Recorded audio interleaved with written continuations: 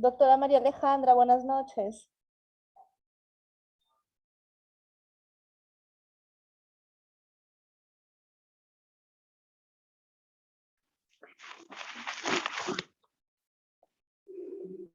Doctora, ¿se encuentra en sala ya? Buenas noches con todos.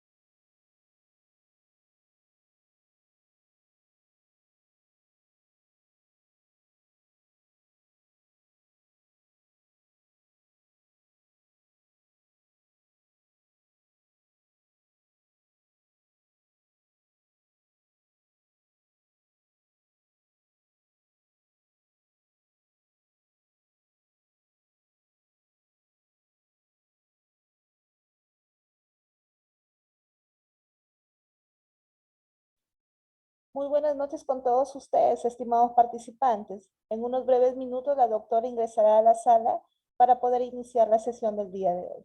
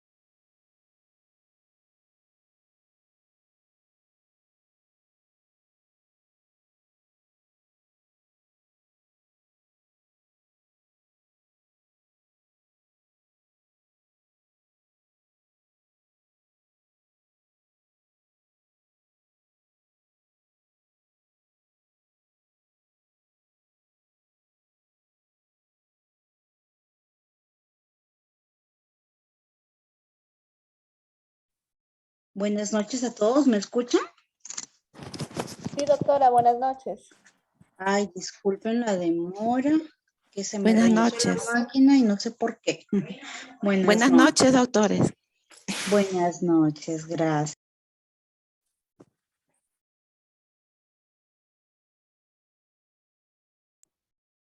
Bueno, empezamos, chicos. Voy a compartirles la pantalla.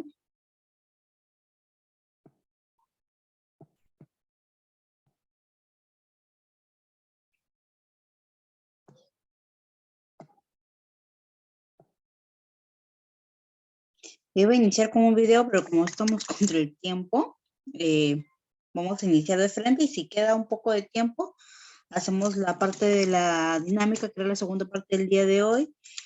Y bueno, si es que da chance, vemos el video, si no, no. Ya entonces empezamos.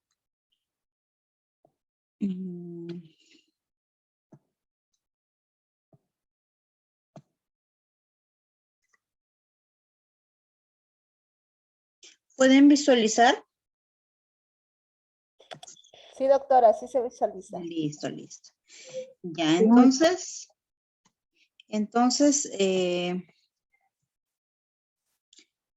hoy empezamos el segundo módulo y el tema era problemas psicosociales después de la crisis de la pandemia.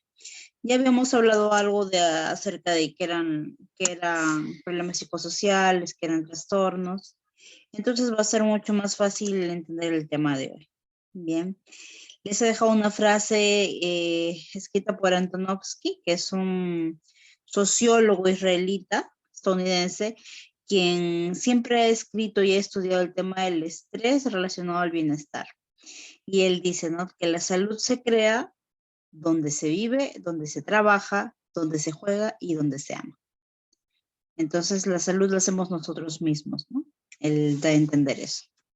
Y partiendo de esto, acá les he colocado una imagen para que vean, ¿no?, que independientemente del estatus social, de la idiosincrasia de cada persona, de cada comunidad, uno busca la salud. Y puede encontrar la salud de diversas formas, ¿no? Para algunos estar bien es trabajar. Por eso vemos mucha gente, muchas personas, muchos adultos mayores que mientras están en actividad ellos son felices, ¿no? Pero eso los mantiene con salud. Podemos ver personal de salud, podemos ver agricultores, vemos de todo en esta imagen, es tan diversa que es muy bonita, ¿no? Entonces, vamos. Estos son algunos de los problemas psicosociales que normalmente hay en un país tercermundista como somos nosotros, ¿no? La violencia de género, abuso, todo lo que hemos hablado, ¿no? Esos son problemas psicosociales que por lo general existían y siguen existiendo. Y que vamos a ver, ¿no?, cómo con la pandemia se han ido agudizando. No netamente todos ellos, nosotros vamos a ver los que están relacionados con la salud mental, con el individuo en sí. Mencionan, ¿no?, que es ineludible la tensión en la transmisión y las repercusiones físicas del COVID-19 en el mundo, ¿no? Definitivamente el daño a nivel fisiológico que ha generado el COVID es muy evidente. Sin embargo, todo esto ha minimizado el que también genere un impacto a nivel mental.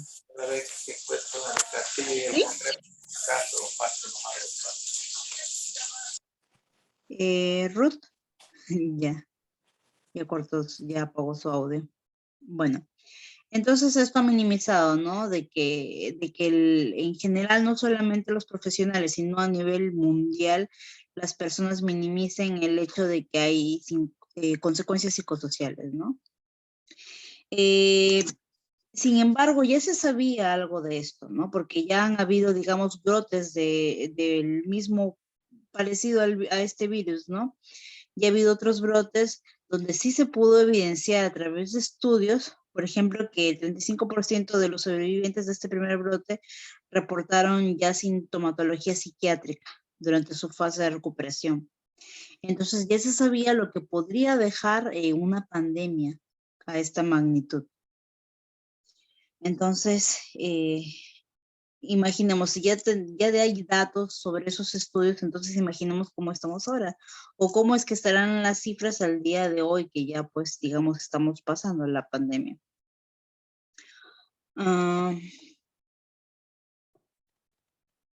Me pasé. Entonces, son múltiples las alteraciones psicológicas asociadas que se van desde los síntomas aislados hasta trastornos complejos. Con un deterioro marcado de la funcionalidad, ¿no? Cuando yo les hablaba de que era un trastorno mental, no, para hablar de un trastorno o de un problema ya grave, tenemos que ver un cambio que sea evidente, ¿no? Que sea marcado en la funcionalidad de la persona. ¿Cómo yo voy a detectar que esta persona está teniendo un problema? Cuando sea evidente, cuando yo pueda darme cuenta, ¿no? Por ejemplo, que no puede dormir, que hay cambios en la conducta, mucha irritabilidad, ansiedad, depresión, ¿cómo me doy cuenta, no? Trastornos por estrés postraumático, que ha sucedido bastante. Yo no sé si alguno de los presentes habrá estado laborando en el pico de la pandemia, ¿no? Pero para muchos ha sido una experiencia bastante tensa, que nunca en su vida habían visto.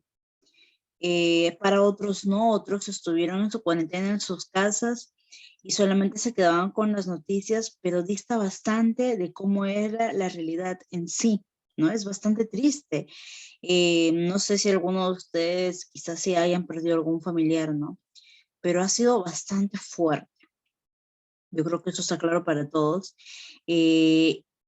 Y justo estas personas que han pasado esos momentos, ¿no? Ese contacto directo con las personas que estaban ya graves, que son los que se ha generado, pues, ¿no? Esos tipos de, digamos, trastornos por estrés postraumático, sumado a todo lo que engloba lo del confinamiento, ¿no? ¿Qué nos dicen parte de las estadísticas?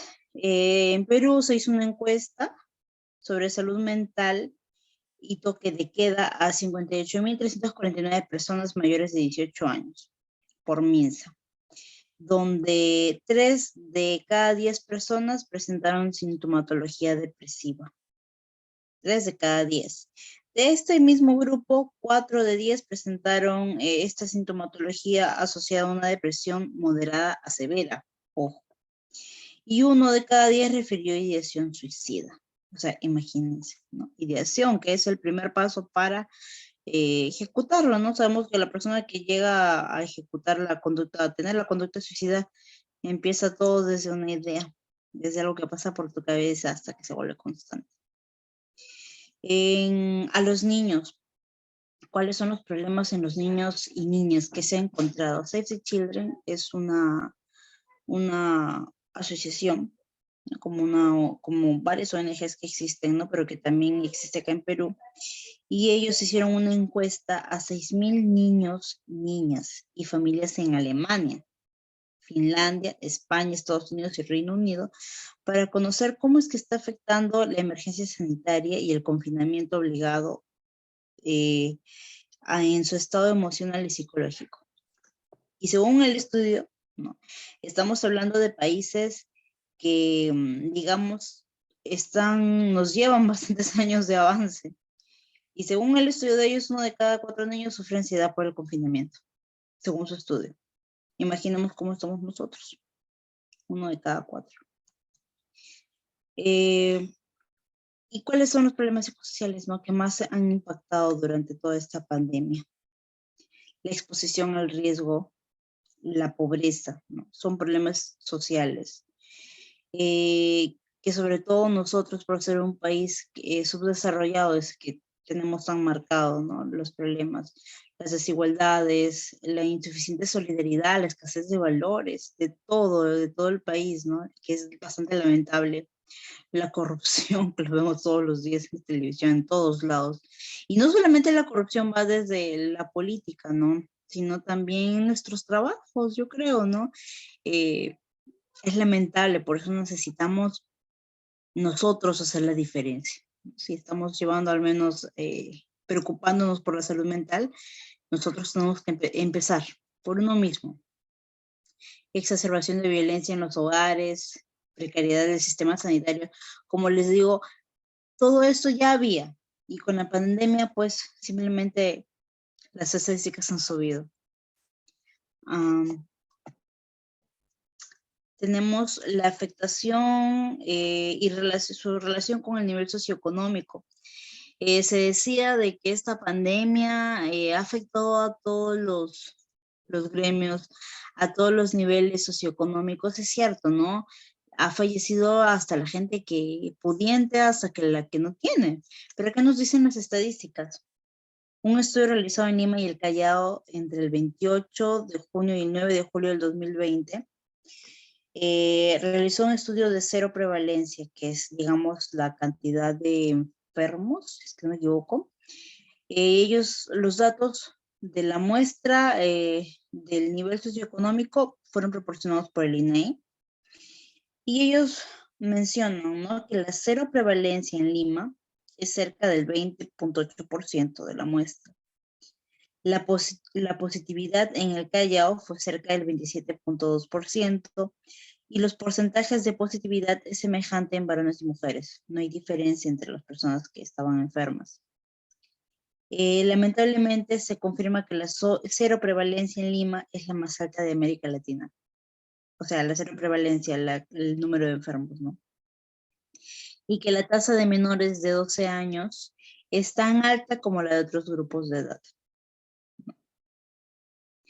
¿Qué más nos dice en ese estudio? Que la afectación por el SARS-CoV o COVID-19 y el nivel socioeconómico, donde la cero prevalencia para Lima, solo Lima era el 20.8%. En Lambayeque, casi el 30%. En Cusco, el 40%, y en Iquitos, más alejado de la costa, el 71%. ¿Qué significa eso? O sea, que en Iquitos había más números de enfermos, pues, ¿no? ¿Y esto por qué? Probablemente pues porque estamos sobrepoblados, porque son ciudades donde hay mucho hacinamiento, mayor tasa de contagio.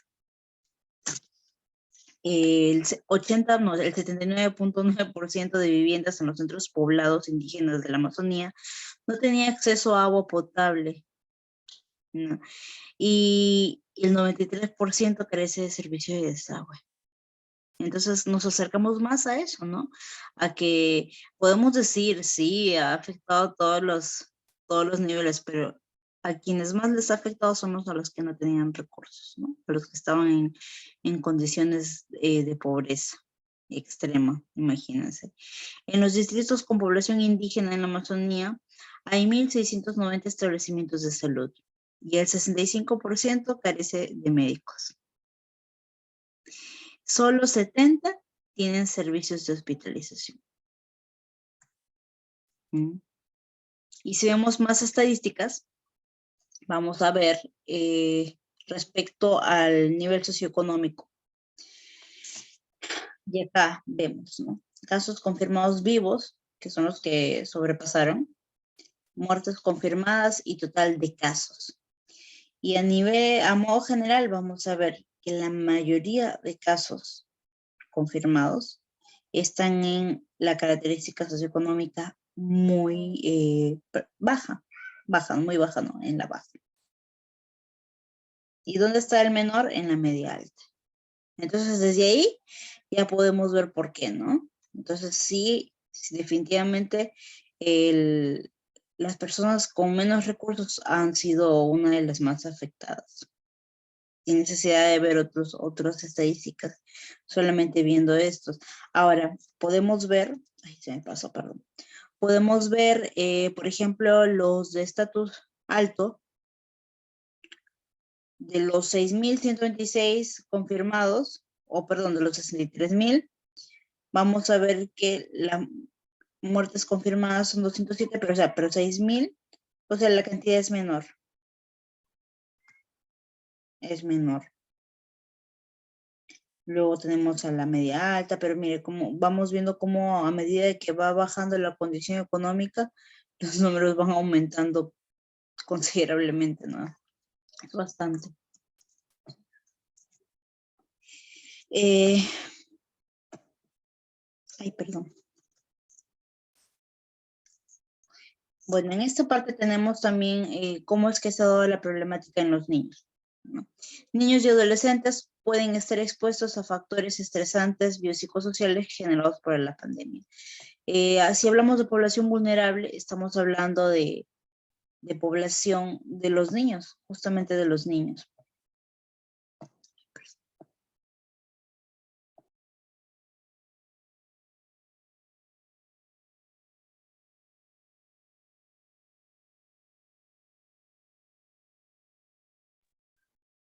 Ya. Tenemos también que la sobrecarga, acá es sobrecarga, perdón, de trabajo de los padres incrementa el estrés. Entonces, si la sobrecarga, esto, por ejemplo, se ha dado bastante en las familias donde el papá, el padre, ¿no? El padre que era supuestamente la persona que era el sustento de la casa ha fallecido, toda la carga ha pasado a la madre de ese hogar. Entonces, mamás estresadas o padres estresados, niños que están más expuestos a desarrollar problemas emocionales o de comportamiento. Los estudios también demuestran una alta prevalencia de angustia psicológica en niños y adolescentes, experimentando en un 66% impotencia, un 68.59% de preocupación y un 61.98% en comparación con los niños que no tuvieron cuarentena. Digamos que no hay mucha diferencia, pero los niveles de estrés y preocupación son bastante altos. Y hasta el día de hoy, si ustedes les preguntan a los niños, y es un problema bastante, digamos, no solamente para el sector de salud, sino para los colegios, para los profesores. Al día de hoy ya hay estudios realizados por la Católica donde los profesores tienen un nivel de estrés bastante alto porque no saben qué hacer con tantos niños, con tantos problemas que han desarrollado los niños durante la pandemia y sienten esa impotencia también de no saber qué hacer, ¿no? A veces es bastante limitante. Entonces, hay muchos niños que ustedes pueden hablar con ellos y les van a decir que se preocupan porque no saben si su mamá va a regresar viva, que no les pase nada, porque ya perdieron a un familiar. Sigamos. El aislamiento y la dieta, ¿cómo es que ha afectado también la parte del aislamiento? Muchos dicen a modo de broma, ay, la pandemia nos tiene así, la pandemia nos ha engordado, pero ¿es el sedentarismo o es la ansiedad o qué pasó? Entonces, pasamos por alto el tema de la obesidad, pasamos por alto el tema del sobrepeso, pensamos que es un tema de que, bueno, yo voy a bajar, que ya va a pasar, pero en realidad, ¿qué hay detrás de todo eso? Muy aparte de que puede haber un problema, digamos, a nivel hormonal, que podría suceder, más que incluso eso, es un tema de que muchas personas han experimentado ansiedad y aparte del sedentarismo, no es un añadido. Entonces, los estudios que utilizan modelos de animales sugieren que la ingesta de alimentos calóricos puede actuar como un alimento reconfortante y sería una alternativa para aliviar los efectos negativos del estrés. ¿Y por qué sucede esto? Para los que son profesionales de psicología, o por ahí si hay alguien del campo de la salud, sabemos de que comer alimentos calóricos y no necesariamente calóricos, ¿no? Alimentos, bueno, sí, calóricos, ¿no?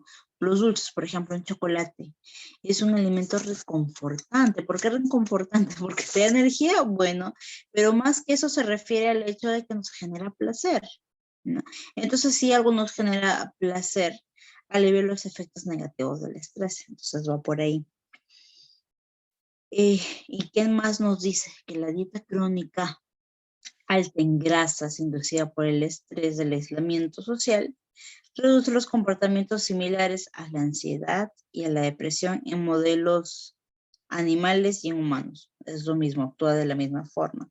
En consecuencia, la relación entre un entorno estresante y el consiguiente aumento de la búsqueda de este tipo de alimentos en las primeras etapas de vida puede ser una de las razones del aumento de la obesidad entre niños y jóvenes. Y yo diría que hasta en adultos. Entonces, ya sabemos por ahí, ¿no? ¿Qué hay detrás de la obesidad y el sobrepeso? Y hablemos de plasticidad cerebral. ¿Alguien sabe a qué llamamos plasticidad cerebral? Para las personas que por ahí trabajan en colegios o por los colegas que también están participando, los escucho, porque imagino que están muy atentos.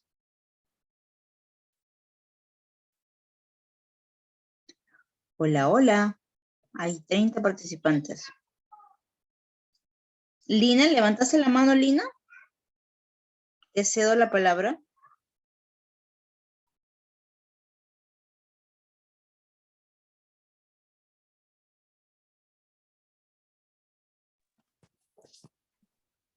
Ay,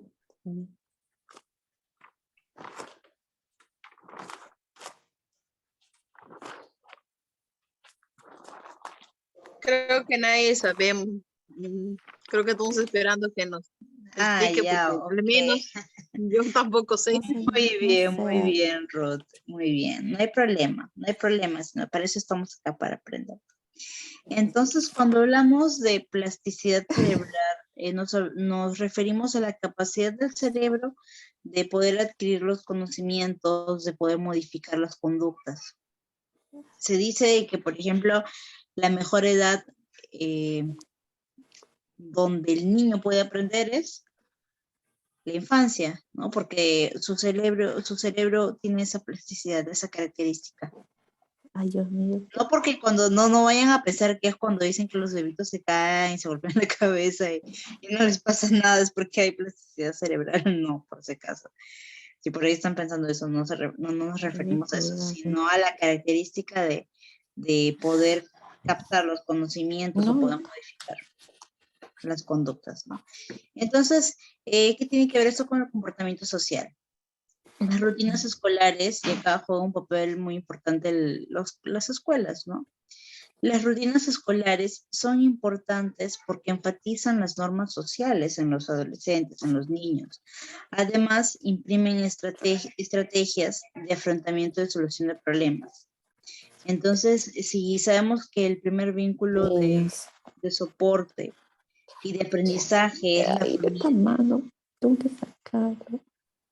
Lina, ponle silencio a tu audio. Entonces, les decía, ¿no? Si sabemos que el primer círculo de aprendizaje es nuestra familia, el segundo es la escuela. Por tanto, es importante porque es ahí donde los niños, los adolescentes van a aprender estrategias de afrontamiento, van a aprender a solucionar sus problemas, van a socializar. Para muchos, la escuela se convierte incluso en un espacio en una salida, un escape, cuando hay problemas en casa. Entonces, la ausencia de escolarización se asoció a la disminución de la actividad física para muchos de estos niños, al aumento de tiempo frente a la pantalla, y estoy segura que pasa eso hasta el día de hoy, lamentablemente. Y se refiere a la pantalla no solamente al celular, sino al televisor, al estar pegados ahí. Los patrones del sueño se han tornado irregulares y las dietas menos apropiadas en los niños y adolescentes. Y no sé si recordarán que al inicio de la pandemia todos estaban desesperados en los supermercados, comprando lo que encontraban realmente, ¿no? Llevados no solo, ni siquiera por el consumismo, sino por esa inquietud, pensando de que se iban a acabar los alimentos o que ya no iba a haber para después. Entonces, hasta han comprado cosas innecesarias. ¿Qué más? No puedo ver mis títulos porque... Un momento.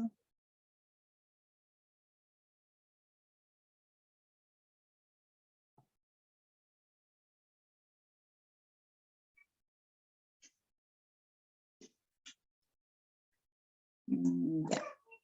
¿Qué más? Tenemos que la adolescencia también, o sea, la plasticidad cerebral no solo se da en la niñez, sino también en la adolescencia. Entonces, ¿qué nos dicen? Que también se caracteriza por múltiples cambios la adolescencia, cambios biológicos, que incluye un sinfín de cambios hormonales y físicos, lo que conduce también a un desarrollo sustancial del cerebro. Entonces, no solamente vemos que en la adolescencia justo se caracteriza por eso, ¿no? El joven adolece de. Entonces, en esa etapa de crisis, porque las personas pasamos por crisis cada etapa, para la niñez, para la adolescencia, para la adultez, vamos pasando por etapas de crisis. Y justo esa etapa de crisis del adolescente donde carece de y busca pertenecer, también va generando un cambio y un desarrollo de su cerebro, ¿no? Se torna un cerebro más maduro. Sin embargo, este beneficio de mayor plasticidad también genera vulnerabilidad en los factores estresantes y en los problemas de salud mental, ¿cierto? Porque si bien es cierto, el cerebro es flexible, tiene esa plasticidad de cambiar, pero también vuelve al adolescente vulnerable, lo expone. Entonces, la adolescencia es la edad máxima en la que se hacen presentes los trastornos psiquiátricos más comunes. Si de repente habrán podido ver en colegios, siempre hay jóvenes con problemas de conducta, de atención, porque justamente es en la adolescencia. Cuando no aprendemos a sobrepasar esa crisis o cuando no ayudamos a que los jóvenes la sobrepasen, es donde salen a flotar los trastornos psiquiátricos, ¿no? Problemas de atención, problemas de ansiedad, estado del ánimo y la esquizofrenia también en algunos casos. Muchos tienen justo en la adolescencia o en la adultez temprana su primer brote psicótico. Entonces, es una edad bastante vulnerable. Y acá tenemos un estudio epidemiológico que se realizó en Lima Metropolitana por el Hermelio Valdizán, que es uno de los pocos que hace estudios, acerca de los miedos en relación a la pandemia. Los miedos que tenían los niños y adolescentes. Y miren las barras, las estadísticas, no se puede apreciar bastante, no tan claro, pero tenemos lo básico. Por ejemplo, el azul es la estadística de niños y el naranja de adolescentes. Y podemos ver, por ejemplo, que el mayor porcentaje de adolescentes tenía miedo a enfermar o a morir o que a un familiar pueda morir. Acá vemos que tantos niños como adolescentes tenían el mismo miedo de enfermarse o que algún ser querido muera por el COVID. Pero acá tenemos una estadística importante. Miren, miren a los niños. Los niños registraron mayores miedos que los adolescentes. Obviamente porque el niño todavía tiene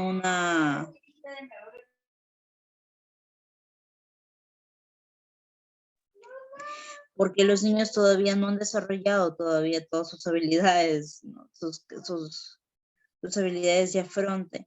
Entonces ellos han tenido, el porcentaje de niños es bastante alto en relación, por ejemplo, tenían miedo de no volver a jugar con sus amigos, de no regresar al colegio, de contagiarse por la misma enfermedad, ¿no? Los niños presentaron bastante miedo a salir a la calle, pero lo más marcado es acá a no volver a sus amigos, a no volver a jugar con sus amigos. O sea, imagínense, un niño está de miedo por eso, porque como les digo, la escuela es la segunda casita donde los niños aprenden. Tenemos otras estadísticas acá. Respecto al miedo a no volver a jugar con sus amigos, es más representativo para el sexo masculino. Ellos presentaron mayores estadísticas. El naranja es los que sí presentaban miedo y el amarillo no. Ya, y ese es el lado izquierdo es el sexo femenino y el lado derecho masculino. Y de todas maneras vemos cómo de este total la mayor cantidad de niños del sexo masculino es el que presenta miedos. ese tipo de miedo. Y acá tenemos una estadística bastante inquietante, que es la afectación de niños y adolescentes por orfandad. Es increíble que el Perú encabeza estas estadísticas. ¿Ustedes sabían eso? ¿Habían escuchado? Pues, sí, no. No, en realidad no había Bueno. escuchado. Bueno, sí, fíjense que sí. Y justamente por eso es que ahora en los centros comunitarios es que han implementado el programa de orfandad, que es un programa dirigido a brindar la asistencia psicológica del niño y su cuidador principal. Sin embargo, el programa se lanzó, si es que no me equivoco, en el año 2019, se aprobó y recién ahora, 2022, es que en muchas regiones recién lo están poniendo en práctica o están ejecutando el programa. Es un poco lamentable porque digamos que ha pasado un año y medio después de que ha fallecido el familiar de estos niños y ya han pasado su etapa de duelo, ¿no? De todas maneras se está haciendo el trabajo. Hay personas que todavía no han superado su duelo, porque la idea era acompañarlos en ese proceso, ayudar a que el duelo sea más llevadero. Pero bueno, entonces, ¿qué nos dicen las estadísticas? A nivel mundial, desde el 1 de marzo del 2020 hasta el 30 de abril del 2021, se estima que 1.134.000 niños sufrieron la muerte de uno de sus cuidadores principales, incluyendo al menos uno de sus padres o abuelos. Las tasas de muerte del cuidador primario por cada 1.000 niños. Perdón. Entonces ahí vemos, ¿no? Perú encabezando a nivel mundial. Luego viene Sudáfrica, México en tercer lugar, Brasil en cuarto, Colombia, Irán, Estados Unidos, Argentina y Rusia. Ni siquiera China, que fue donde se inició, como es de paradójico, ¿no? Este estudio lo pueden encontrar en la revista de Lancet se llama, de Lancet, T-H-E, Lancet, de Lancet. Si quieren tener más información está en inglés, pero ahí tienen, digamos, lo más resaltante.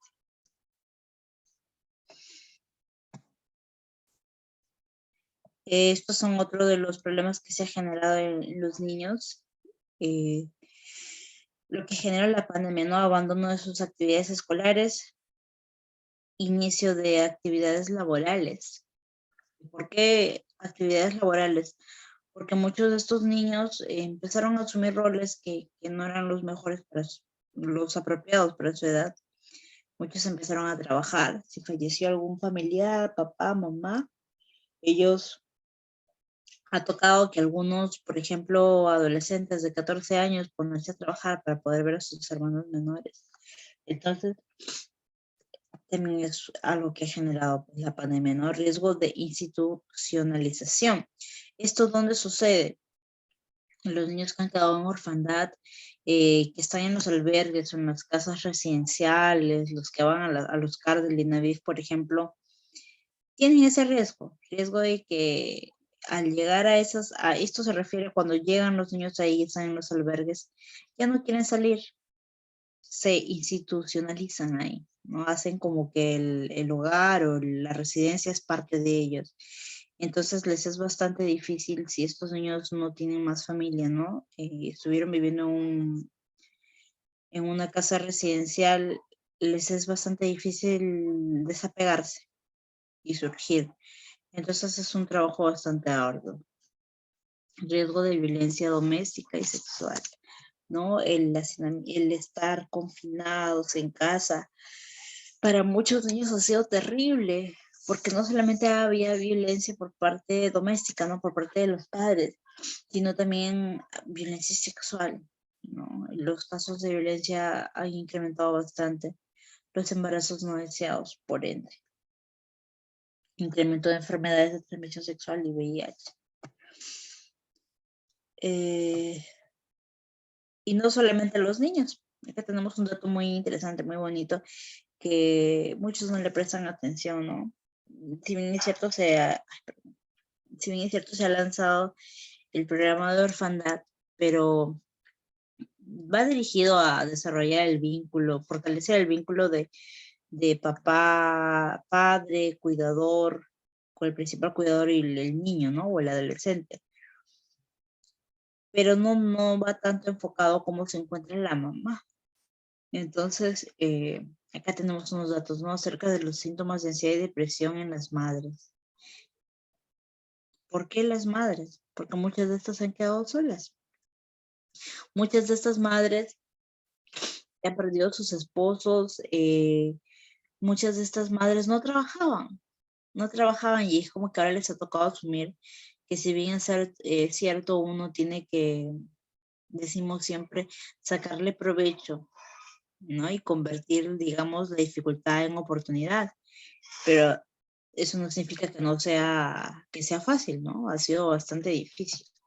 Entonces, algunos miembros de la población son más susceptibles, se han vuelto más susceptibles durante la pandemia. Algunos estudios transversales reportan síntomas de ansiedad y depresión en casi el 30% de las madres. Y además se realizó un estudio entre el 2018 y 2019 donde las madres presentaron un 18.9% de ansiedad, el cual se incrementó al 27.3% para abril del 2020. Al día de hoy estaremos tal vez un poco peor. ¿Qué más? Síntomas, acá tenemos otro dato estadístico. Síntomas de ansiedad y depresión en madres durante la pandemia. ¿Qué nos dicen los estudios? Que tener más de un hijo no evidenció elevación de puntajes de ansiedad o depresión. Significa que tanto madres con un hijo, con 2 hijos o con 3 hijos han presentado ansiedad o depresión. No ha habido diferencias entre las que tienen 1 o más hijos. Ya para los que piensan que tiene 2, 3 hijos, no. La ansiedad ha podido ser tan igual como una madre con un hijo a una madre con más hijos. Madres con puntaje de ansiedad más alto fueron registrados en adolescentes de enfermedad mental, antecedentes de enfermedad mental, ¿no? En madres que previo a la pandemia ya tenían algún tipo de problema de salud mental, o cuando ha habido interrupción del ingreso familiar y desempleo, ¿ya? Entonces, lo que les decía, ¿no? Cuando muchas familias han dejado de trabajar, ¿no? Para los que teníamos tal vez un trabajo seguro, entre comillas, no ha sido tan difícil porque imagínense, pues, ¿no? Trabajabas en remoto y recibían de repente su sueldo.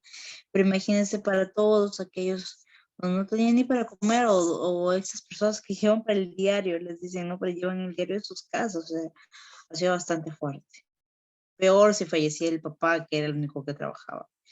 Entonces, madres con puntajes de depresión más altos fueron registradas ¿en dónde?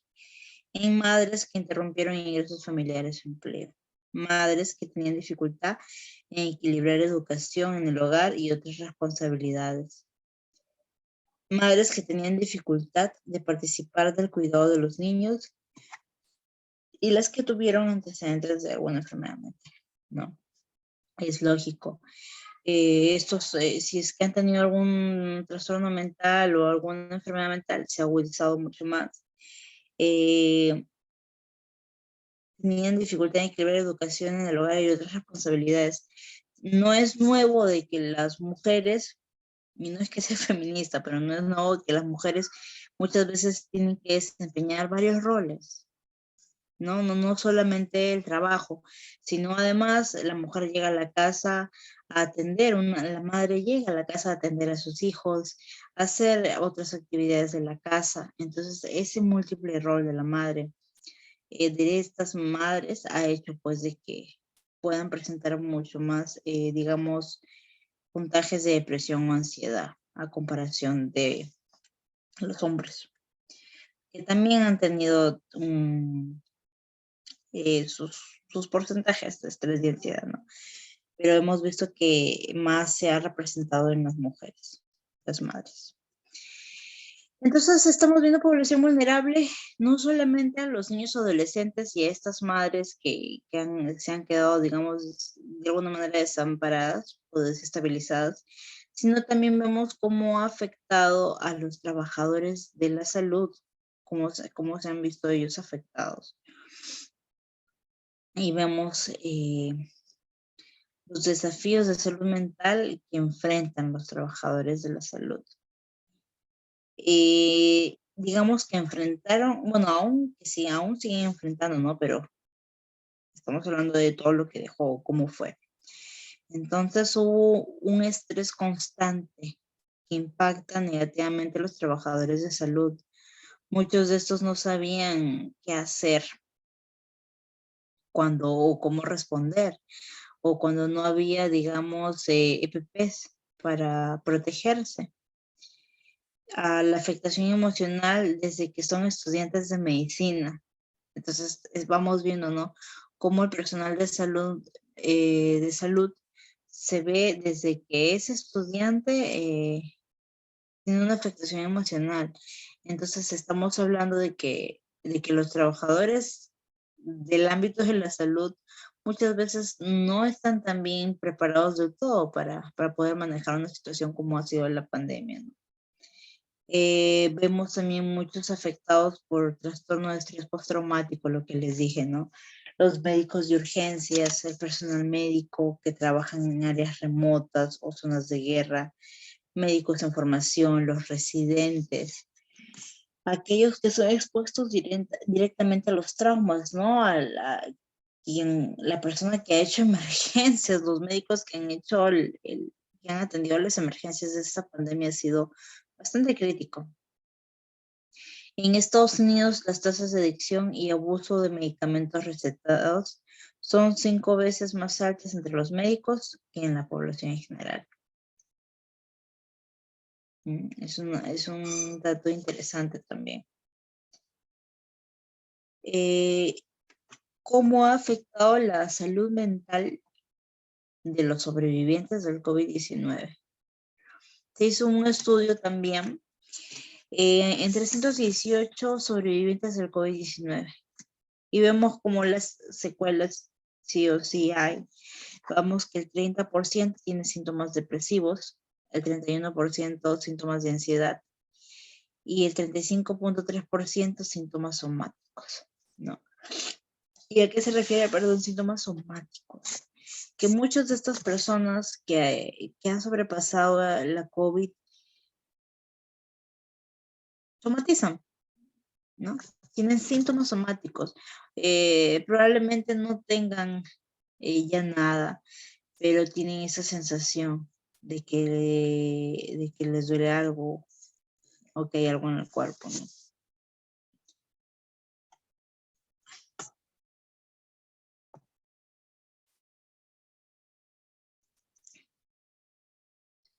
Ay, perdón, me voy a saltear a la primera, que había algo importante, creo que no lo mencioné, me estoy acordando.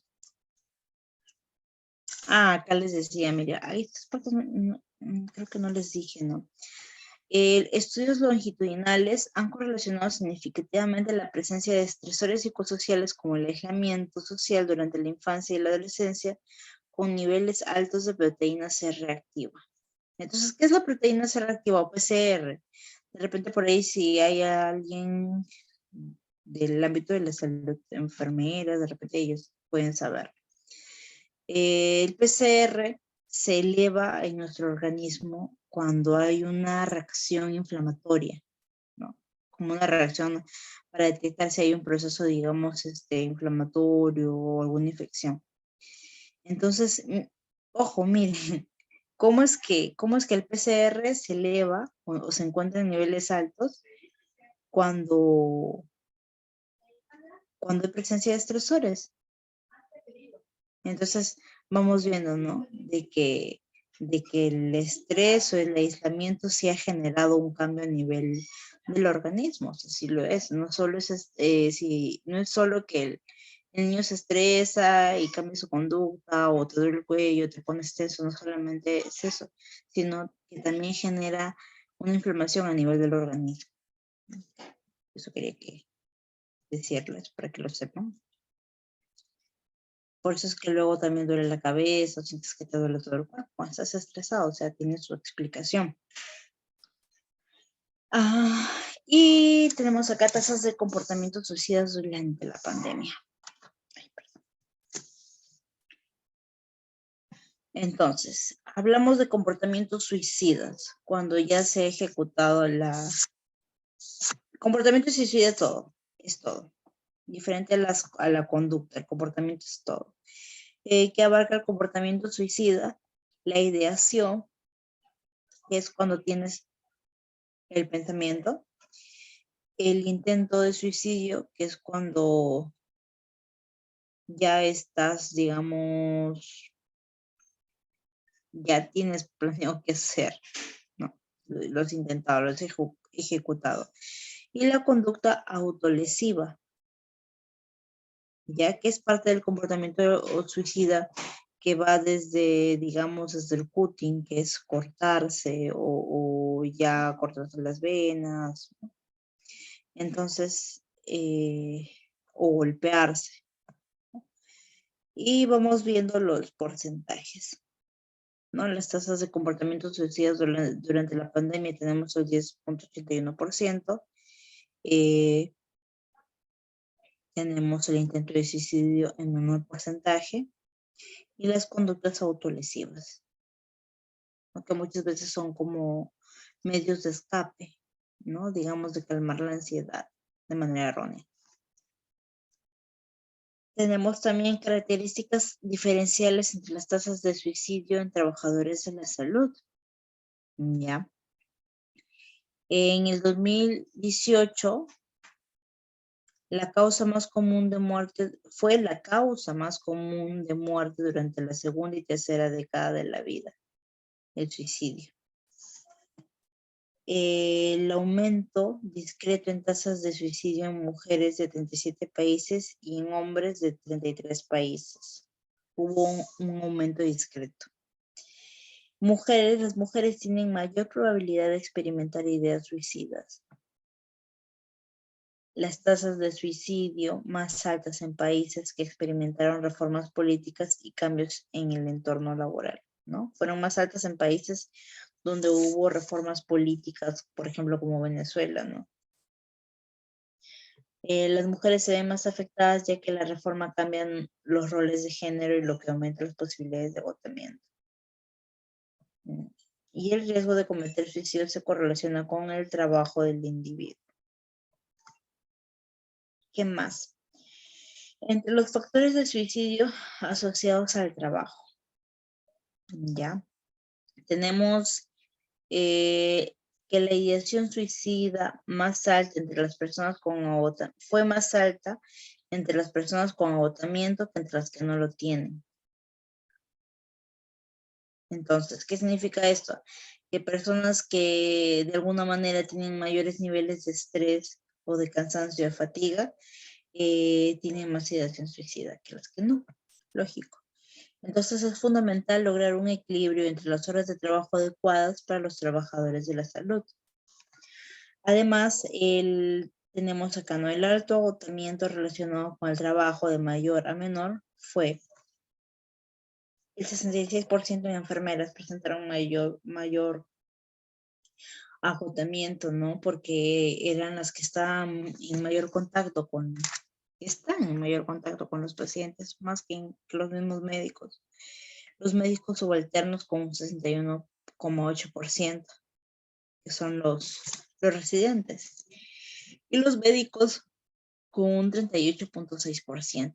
Y luego ya el personal administrativo y los técnicos médicos. También tenemos que los médicos residentes presentan mayor riesgo de depresión. ¿Por qué será esto? Sabemos que también a los médicos residentes se les exige bastante. Y son los que están ahí en el momento de... Entonces, esa presión también genera de que presenten las estadísticas, según las estadísticas, mayor riesgo. La incertidumbre laboral y una duración más corta del empleo se asocian con un mayor riesgo de suicidio entre los profesionales de salud.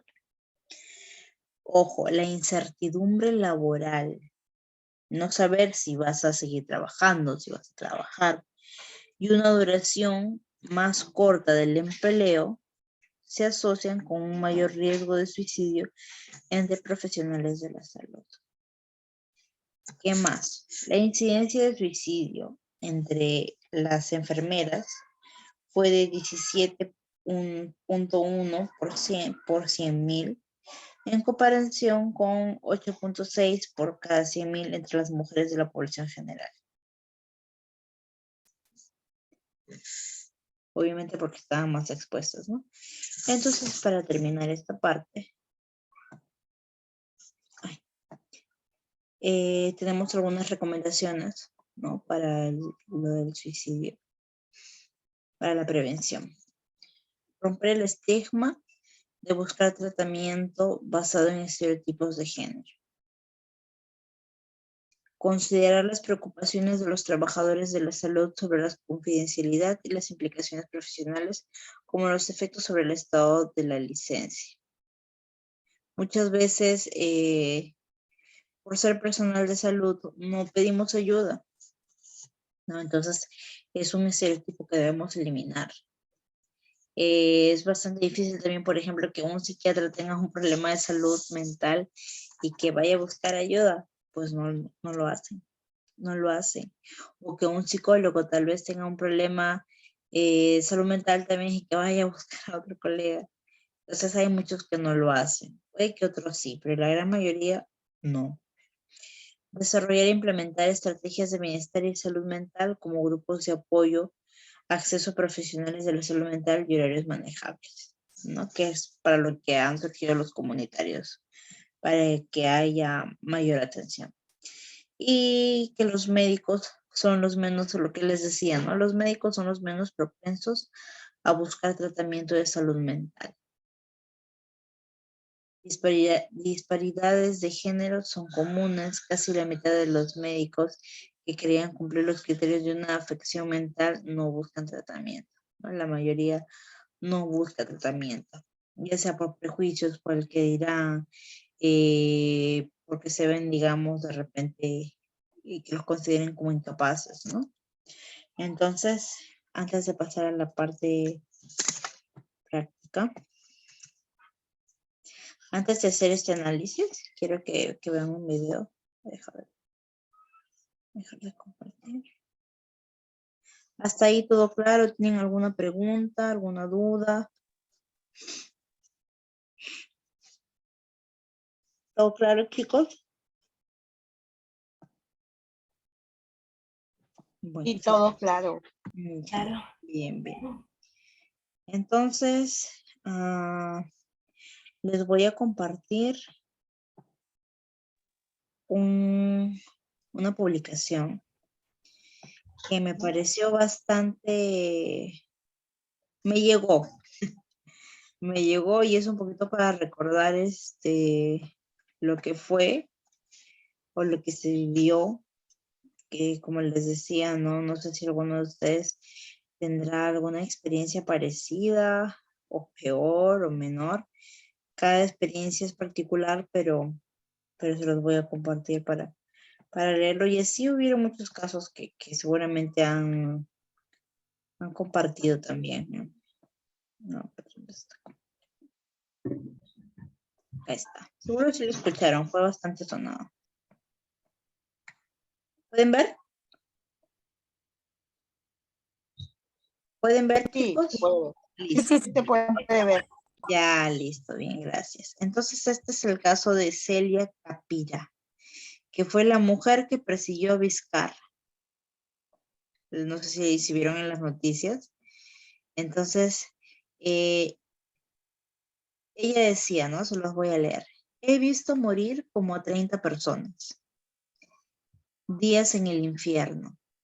Celia Capira corrió el último domingo tras la camioneta del presidente Martín Vizcarra en Arequipa suplicando ayuda. Elisa. Chicos, ¿pueden apagar su micro, por favor? Ya, gracias. Entonces, ya. Celia Capira corrió el último domingo tras la camioneta del presidente Martín Vizcarra en Arequipa suplicando ayuda. Celia Capira Mamani lamenta bastante estar en la ciudad y no estar en la sierra. Quizás así hubiera evitado estar en medio del infierno en que se convirtió Arequipa por la pandemia. Celia tiene 33 años y nunca en su vida había llorado tanto. No dejó de hacerlo cuando el último domingo persiguió la camioneta del presidente Martín Vizcarra, suplicándole que constate la decadencia en que se convirtió la atención de infectados en el Hospital COVID Honorio Delgado Espinosa. Tampoco cuando nos contó su historia. Su calvario comenzó cuando su esposo Adolfo, de 57 años, contrajo COVID. Los primeros síntomas los manifestó el domingo 12 de julio. Empezó con un resfriado y se complicó con la agitación. Luego de que Adolfo diera positivo a la enfermedad en el hospital, llegaron al Honorio Delgado la madrugada del 14 para ocupar un espacio en las carpas donde se espera días por una cama en piso. Fueron 5 días de calamidades hasta que Adolfo fue hospitalizado el domingo. Celia nunca había visto tantos muertos. No puedo dormir en mi casa. Cada vez que cierro los ojos, veo a los muertos, confiesa. Vio fallecer a muchas personas el jueves, viernes y sábado de la anterior semana. Durante esos días he visto como a 30 personas morir. Fallecían sentados, algunos en los carros, en las sillas de rueda.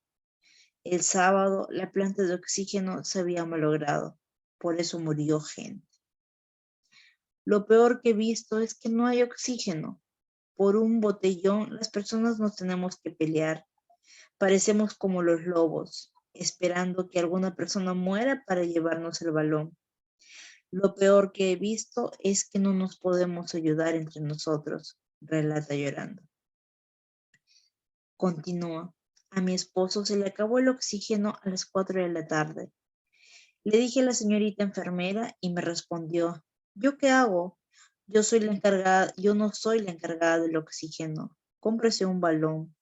¿Por qué no cuida a su familia? Así nos tratan. He tenido que buscar balones. Tuve que sacar el manómetro, ir con una llave y probar yo misma si había alguno con oxígeno. Había una señora que falleció. Tuve que llevarme ese balón. Celia asegura que el viernes último fue testigo de que en el hospital dejan morir a la gente.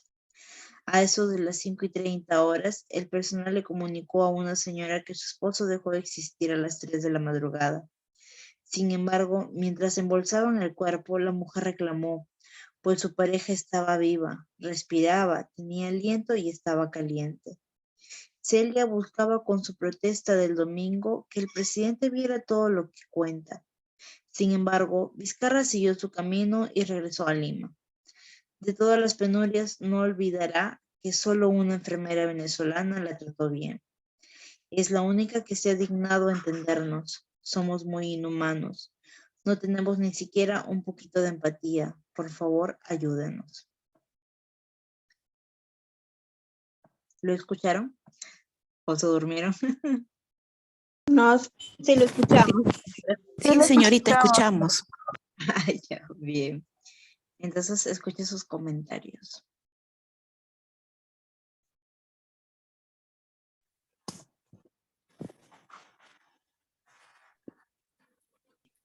Sí, doctora, en esa fecha fue muy triste, doctora. De verdad que los pacientes, de un momento a otro ya eran las cosas que ya no se podía hacer, doctora. Fue difícil controlar la situación. Al menos, bueno, de mi parte, donde nos han mandado a trabajar ha sido aquí en Arequipa, en Cerro-Cule, donde han sido carpas que por arriba ingresaban frío, ¿no? Pero pacientes que no estaban, pues, eran todos positivos, pero que no estaban graves, ¿no?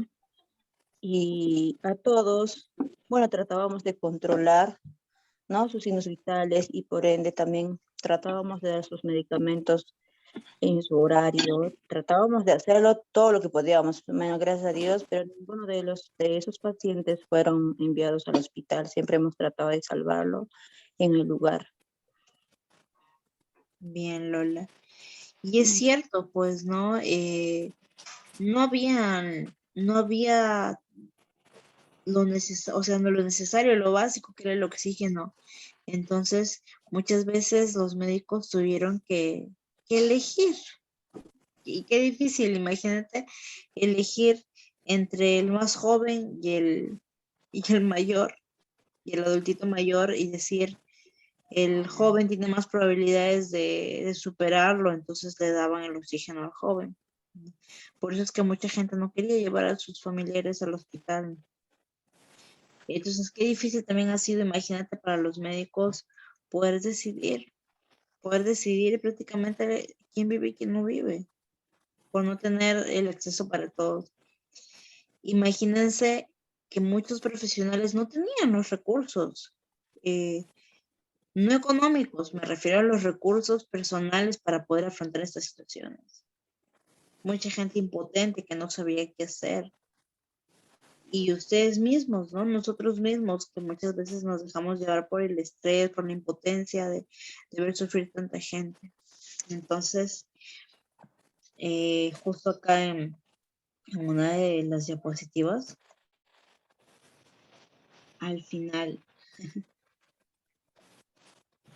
Antonovsky, que es el sociólogo que les comentaba, que nos dice, probablemente es mejor centrarse en lo que mantiene a un hombre sano, en lugar de gastar grandes recursos en paliar sus enfermedades.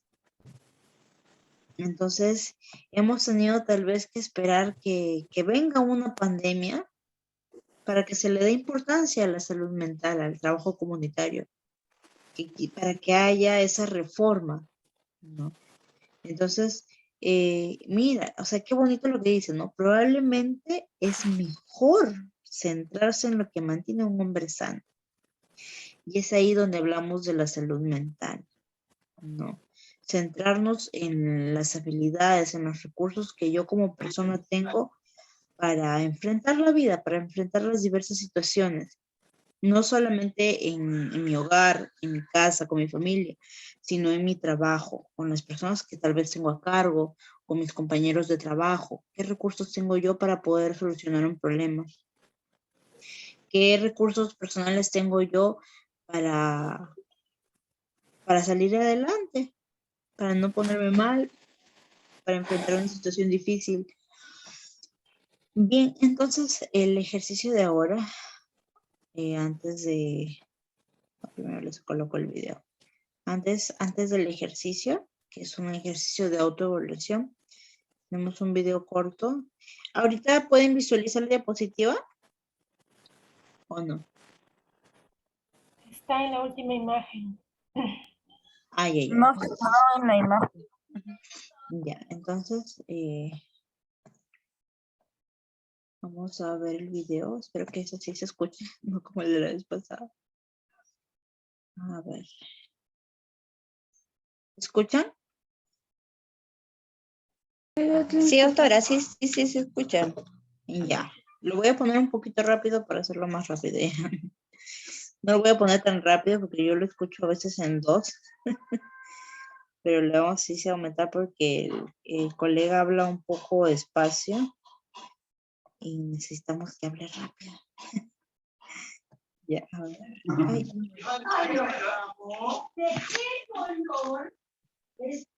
Jenny. Vamos a silenciar, Jenny.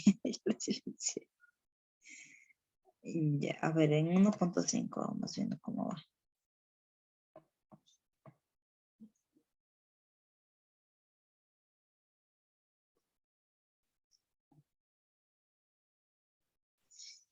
No se escucha.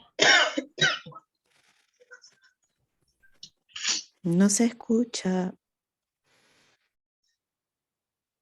¿No se escucha? No. ¿No se escucha, chicos? No, no se escucha el video. Ay, qué raro. A ver, un ratito.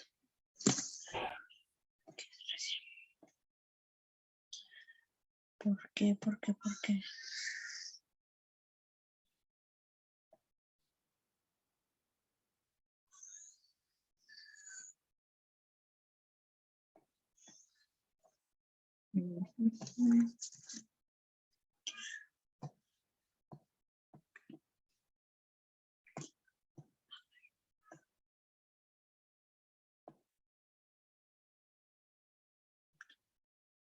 Ahí.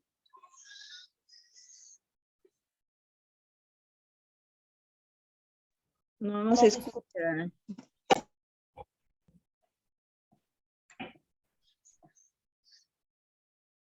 No tiene audio. No, sí tiene. A ver, voy a salir y volver a entrar al toque, chicos. A ver.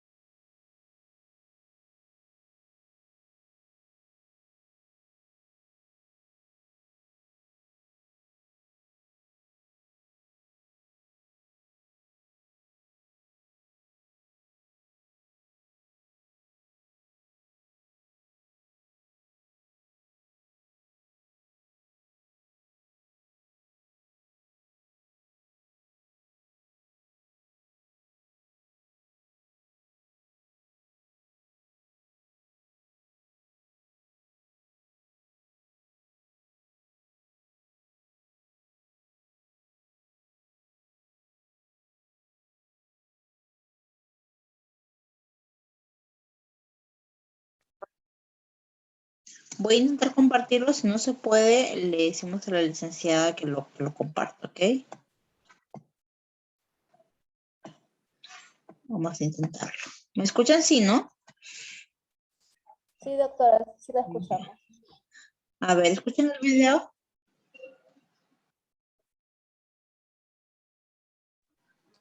El video no, a usted sí. Ya, lo va a compartir entonces la licenciada. Sí, doctora, en este momento lo comparto. Ay, gracias. Voy a dejar de compartir yo para que lo pones en 1.5. Pero es que no sea tan despacio. La última cena. Nada dicho, correcto. Israel, ¿cómo se llama el personaje bíblico que sobre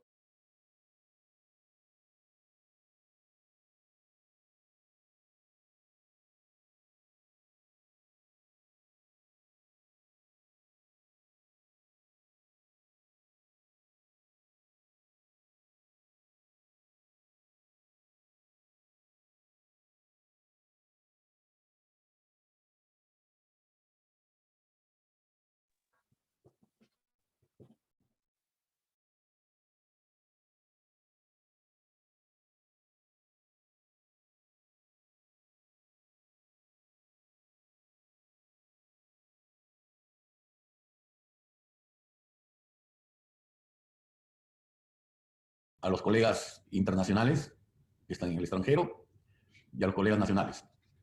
19º Congreso Nacional, 9º Internacional de Psicología. Voy a tratar los aspectos psicosociales de la pandemia, experiencia importantísima, donde ustedes pueden apreciar en estos momentos al comando COVID de la región Lambayeque. Ahí está el general jefe del comando, mi persona, el personal de salud, el alcalde, los médicos, los promotores y la brigada azul de nuestro colegio importante. Nosotros estamos ante una pandemia global que nos ha encontrado tremendamente en un estado de no reacción.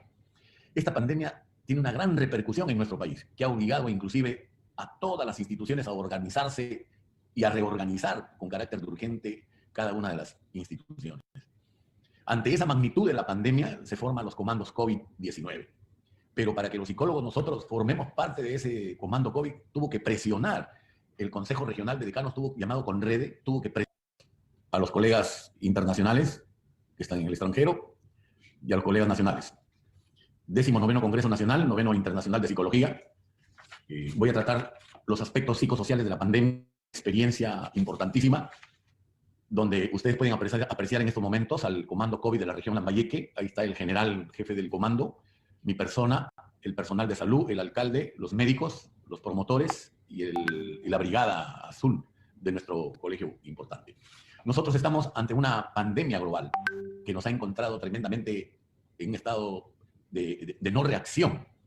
Esta pandemia tiene una gran repercusión en nuestro país, que ha obligado inclusive a todas las instituciones a organizarse y a reorganizar con carácter de urgente cada una de las instituciones. Ante esa magnitud de la pandemia se forman los comandos COVID-19. Pero para que los psicólogos nosotros formemos parte de ese comando COVID, tuvo que presionar el Consejo Regional de Decanos, llamado CONREDE, tuvo que presionar al comando COVID para la presencia de los psicólogos, ¿no? Entonces, esta participación en el comando regional nos ha permitido recabar estas experiencias donde podemos darnos cuenta que más importancia se le ha dado a la visión fisiológica de la pandemia, más no a la visión psicológica, ¿no? De todas maneras, hemos adquirido un conocimiento. Ustedes pueden ver ahí lo que está la Brigada Azul del Colegio de Psicólogos, CDR6, ¿no? En un pueblo joven de Lambayeque, denominado pues Las Dunas, donde se hizo un operativo llamado Operativo Zipán, donde se movilizaron a 7.000 personas. El método que me ha permitido recoger y recabar esta información ha sido la observación participante, la observación vivencial de campo, a través de la experiencia ganada en los cuadros estratégicos que han servido de base para los operativos, ¿no? Los operativos Taita y los operativos Zipán. En estos operativos se han utilizado todos los recursos disponibles, ¿no? Humanos, la infraestructura, por ejemplo, del ejército, los insumos del sector salud, los médicos, los psicólogos, las enfermeras, etcétera, ¿no? Y nos hemos podido dar cuenta que cada municipio tenía un comportamiento social diferente, ¿no? O sea, el tratamiento no puede ser igual en todos los municipios, cada uno tiene su propia idiosincrasia, los municipios, digamos, distritales, las comunidades, etcétera, ¿no? Por eso es importantísimo que después de un tiempo intercambiar experiencias entre los diversos comandos regionales, porque esas experiencias van a ser vitales para esta y otras pandemias que puedan venir, ¿no? Esto ha tenido repercusiones en el aspecto de la formación profesional de los futuros psicólogos. Yo creo que las experiencias que hemos ganado retroalimentan la formación de los psicólogos porque se le tiene que dar una mayor base social, una mayor base en el sentido de que la comunicación, del manejo de la comunicación en los diferentes estratos, etcétera. Yo creo que retroalimenta la formación de los colegas futuros, porque las soluciones que se han adoptado no son homogéneas. En un municipio se actúa de una manera, en una comunidad de otra manera, ¿no? Lo que sí es importante, la presencia de un comando único. No pueden haber varios comandos. La unidad de comando es importantísima para evitar la tergiversación, la sobrecarga o también la falta de comunicación. Y una palabra clave que queda grabada es la prevención, fundamentalmente. Introyectar ya en toda la población la actitud preventiva. En el aspecto socioemocional, el gobierno implementó la cuarentena. Ustedes saben que la cuarentena es un aislamiento. Ese aislamiento produjo aburrimiento, alteraciones del sueño. No todas las casas, no todos los ciudadanos tienen los mismos estratos socioeconómicos. Había falta de suministros. Muchos tenían que salir obligadamente porque en sus casas no contaban con servicios de refrigeración o otros con servicios inclusive de electricidad. Y eso ha causado también un desapego, ¿no? Esta cuarentena no fue acatada por todos por igual. En cuanto al distanciamiento social, ha traído como consecuencias la ruptura pues, de las rutinas, la forma de saludarnos ha variado, un trato imparcial, el sedentarismo y el sentimiento de soledad psicológica que siente nosotros que somos tremendamente seres sociales, ¿no? Y como somos seres sociales, esto trae, la ausencia de esa sociabilidad trae implicancias físicas e implicancias psicológicas, ¿no? Otra situación ha sido la incertidumbre, ¿no? La cuarentena produjo una tremenda incertidumbre en toda la población, por cuanto la mayoría enclaustrado decía, ¿qué será de mi trabajo? El escolar decía, ¿qué será de mis estudios? ¿No? Esta incertidumbre, el no saber cuál es el siguiente paso que se tendría que dar, ha producido en cada uno de los hogares ansiedad, ira, agotamiento, ¿no? Y un tremendo deterioro del desempeño laboral, ¿no? Esto como consecuencia del estrés agudo, ¿no? Del estrés agudo. Nosotros implementamos las teleconsultas, ¿no? Las teleconsultas nos permitió, pues, contener la ansiedad que se producía en los diversos hogares. Llegó un momento que teníamos 20, 30 colegas recepcionando consultas mediante el aspecto telefónico con unas experiencias pues de ira, de ansiedad, etcétera, manifestadas a través de estas teleconsultas, ¿no? Se vio bastante de la contención que se dio a través de las teleconsultas, ¿no? Y el comportamiento también de las brigadas azules, ¿no? Las brigadas azules han actuado directamente con la población implicada, ¿no? En cuanto a la reducción del malestar emocional, muchos, al estar enclaustrados, al evitar al evitar la movilización, han tratado de reducir su malestar emocional. ¿Y cómo han reducido su malestar emocional? Algunos han utilizado el alcohol, drogas, a algunos se les ha dado por comer en exceso las determinadas picas, comer dulces, caramelos, etcétera, ¿no? Lo que hemos notado en las consultas también es que se ha incrementado bastante la violencia doméstica. Parece que los problemas del hogar, con el enclaustramiento, con el aislamiento y la incertidumbre, ha incrementado la violencia doméstica, sobre todo con los niños y con los ancianos, fundamentalmente, ¿no? Entonces, las consecuencias no acaban con la cuarentena, porque también ha habido problemas financieros, ¿no? No todos tenían un resguardo financiero para estar en cuarentena un mes, 2 meses, ¿no? Estar sin trabajo. Entonces, ha causado problemas financieros, construir nuevas rutinas, ¿no? Construir nuevas rutinas, nueva forma de conversar, de socializar, de trabajar, etcétera, ¿no? Lo que sí, no volveremos a la normalidad anterior. ¿Por qué no volveremos jamás a la normalidad anterior? Porque, por ejemplo, muchos trabajos van a quedar obsoletos porque se va a tener que utilizar ya en profundidad la inteligencia artificial. Y lo más difícil, aprender a desaprender toda la serie de comportamientos, ¿no? Ya los hechos, las circunstancias nos permiten elaborar nuevas miradas, nuevos puntos de vista. Surge el teletrabajo, por ejemplo, ¿no? Ya la mayoría hace su trabajo en su casa, pero este teletrabajo también tiene que ser reglamentado, tiene también legislado, porque hay una explotación también de los trabajadores con el teletrabajo, ¿no? Sábados y domingos seguían trabajando y, bueno, eso tendrá que normarse, ¿no?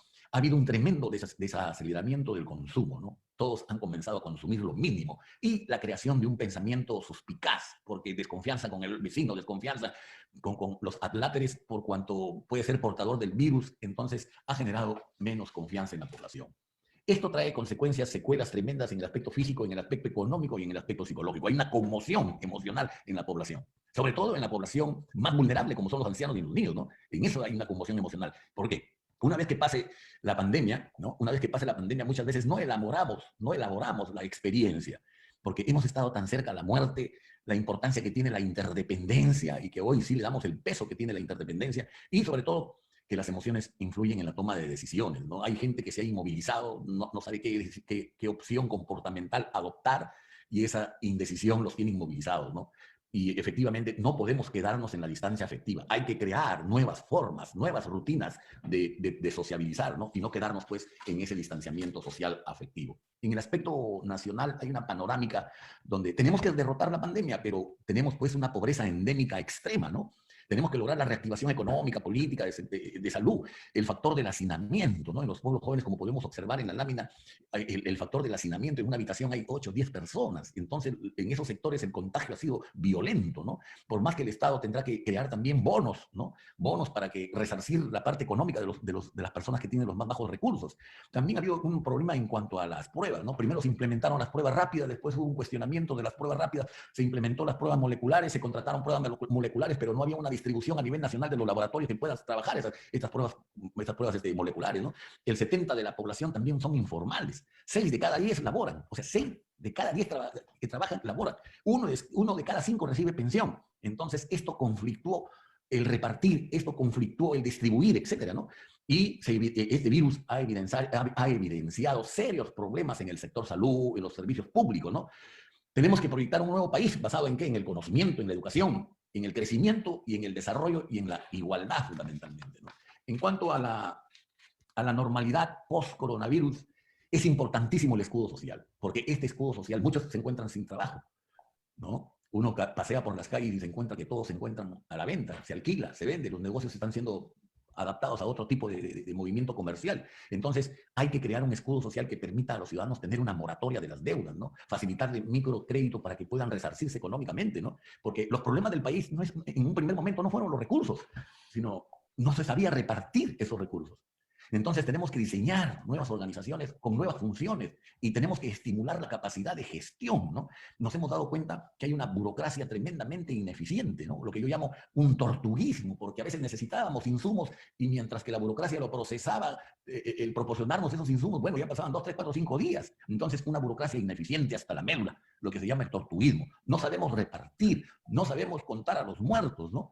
Por ejemplo, MINSA tenía un sistema de planificación El seguro tiene otra forma de planificación. Uno nos presentaba una cantidad de contagios y de muertos, la otra oficina nos daba, y el Estado tenía otro tipo de estadísticas. Entonces había un desconcierto. Gereza nos daba una determinada estadística, el seguro otra estadística y el Estado enviaba otro tipo. O sea, tenemos que uniformar.